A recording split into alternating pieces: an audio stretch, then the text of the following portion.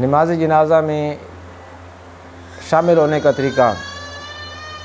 آپ نے نماز جنازہ کے لیے گئے ہیں اور دیکھا ہے کہ نماز جنازہ کی جماعت شامل ہو چکی ہے،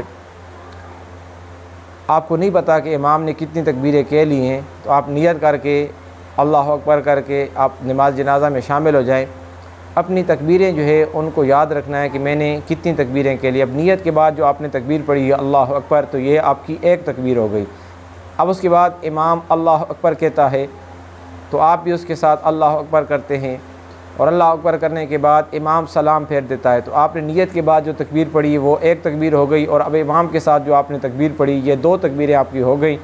اب دو تکبیریں آپ کی رہتی ہیں، تو امام سلام پھیر رہا ہے تو آپ نے سلام پھیرنے سے پہلے دو تکبیریں کہنی ہیں، اللہ اکبر اللہ اکبر۔ تو دو تکبیریں امام کے ساتھ ہو گئیں، اور دو جو رہتی تھیں آپ نے دو تکبیریں کہہ دیں۔ اب اس کے بعد آپ سلام پھیر دیں، السلام علیکم ورحمۃ اللہ، السلام علیکم ورحمۃ اللہ۔ تو آپ کی چار تکبیریں جو ہے یہ مکمل ہو گئیں۔ اب سبق رہ بھی جائے تو اس میں کوئی حرج نہیں ہے۔ اسی طرح اگر آپ نے امام کے ساتھ آپ نے نیت کی اور نیت کے بعد اللہ اکبر کہہ کے جماعت میں شامل ہو گئے تو یہ آپ کی ایک تکبیر ہو گئی۔ پھر اس کے بعد امام کے ساتھ دو تکبیریں ہوئیں، آپ نے وہاں پر پہلے آپ نے اپنی نیت کی، نیت کے بعد تکبیر کی، اس کے بعد ثنا پڑھ لی، پھر امام نے تکبیر کی، پھر آپ نے امام کے ساتھ تکبیر کی، اس کے بعد آپ نے درود شریف پڑھ لیا۔